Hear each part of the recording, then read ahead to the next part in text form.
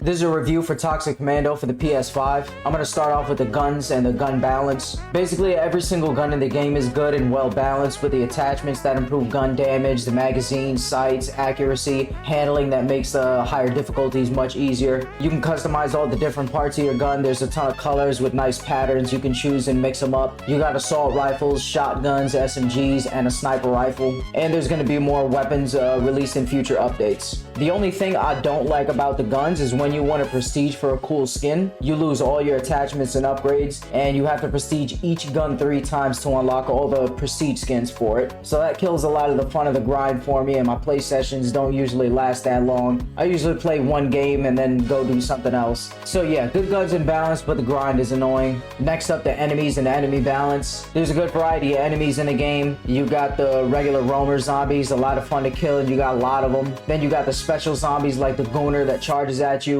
the Slob Tank, the Rocket guys, and the Nukers. Once you go to very hard difficulty, basic weapons are still fine, but you're gonna need a good high-level classes and a good team to get through. Next up, the vehicles. Not much to say about the vehicles. They're just a lot of fun, very durable. They can get you out of most bad situations. The controls and physics are really fun. There's no big bugs or jank. They just feel really good. You got a handful of cars with their own abilities. They can be repaired and customized with skins, lights, and horns. I do wish all the vehicles had a winch, but it's not a deal breaker. Next up, the classes. Again, not much to say about the classes because they're all well balanced and have really good abilities, and they're all just fun and unique in their own way. They got all different kinds of builds for each class to like determine what kind of medic, striker, engineer, or defender you want to be. The skills get pretty crazy too for every single class. I was never bored with my abilities in the skill tree. Next up, the bots. I'm gonna be honest, the bots are the worst thing about this game. Playing with friends and randoms is cool, but sometimes I just want to play solo, and the bots are just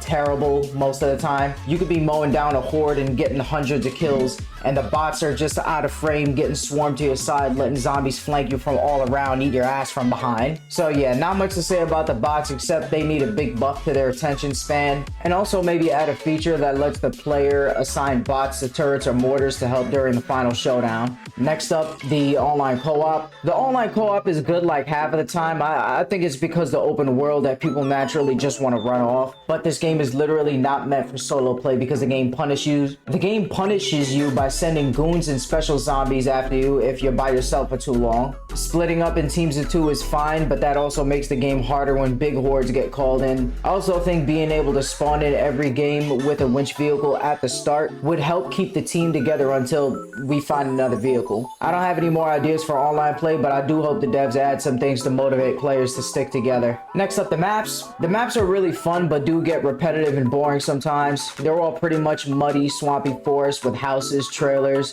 and army camps to loot. Each map does have some unique locations and a unique final showdown spot where you fight a massive horde, and I do like that. Another thing is that each map requires a winch vehicle to access crafting parts at points of interest, but sometimes you don't spawn with a winch vehicle nearby at the start, but instead it's on the other side of the map. This is just annoying because now we either have to clear the map and slowly backtrack through muddy hills to get the crafting parts, or just straight up rush to the edge of the map and start playing from there. I can't exactly describe it, maybe it's my OCD, but this just feels like a dysfunctional start to the game and makes it feel unnecessarily annoying and long. There are going to be more maps and updates in the future, so there's still hope we're going to get different stuff. Saber's really good with this kind of thing. Well, they're really good with updates and adding new diverse content. Next up, the character customization. The character customization consists of the same outfit but in like 4 different colors, and they don't look interesting or cool. There's also one DLC outfit for each character. That looks pretty cool, but that's about it. This is not a deal breaker for me because I'm here for the gameplay. It's like a $40 game, but I do hope we get more character customization and outfits in the future. It'll add a little spice. Next up, bugs, glitches, and quality of life. There's a few annoying bugs, like sometimes when you stim or activate the dome for extra health and armor, it doesn't work. It's not often, but it's annoying when it does happen. In public lobbies, sledge seeds don't spawn for the entire team most of the time. They give you a big XP bonus if they're all collected each map, but they don't all spawn most of the time. Next is a quality of life. I think adding a mini-map and an option for auto run would make the game feel a lot smoother, and making auto reload faster and adding an option to hold the trigger to fire semi-automatic weapons to continuously fire semi-automatic weapons would be a small but a huge help to make combat feel a lot smoother. That's just a couple stuff off the top of my head. I know there's some other quality of life stuff and bugs in the game that need to be addressed that the community is talking about, and I'm sure Saber is looking at.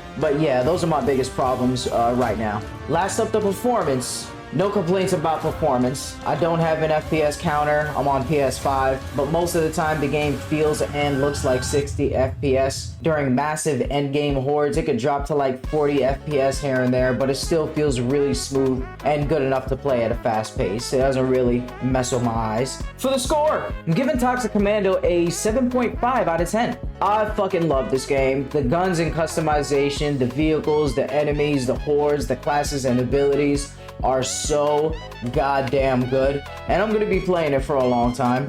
But the downsides, like dumb bots, repetitive maps, the chaotic online play, people not sticking together, and some bugs and quality of life issues, and mostly the gun prestige is so tedious it ruins some of the replayability of the game for me. I know a 7.5 seems low, but I also count, you know, the quality of life, bugs, grind, and lack of variety. So it's a strong 7.5, but I'm not gonna act like this is on the level of Space Marine 2 or it's as good as Left 4 Dead 2, but it's still a ton of fun, and it's the closest we've gotten to a horde shooter like this in like, I don't know how many years, since like the PS5 came out. I haven't even like before that. So yeah, it's not on that high level, but it's still a great game, great foundation, and I'm looking forward to the future updates because Saber always updates and maintains their games really well over time.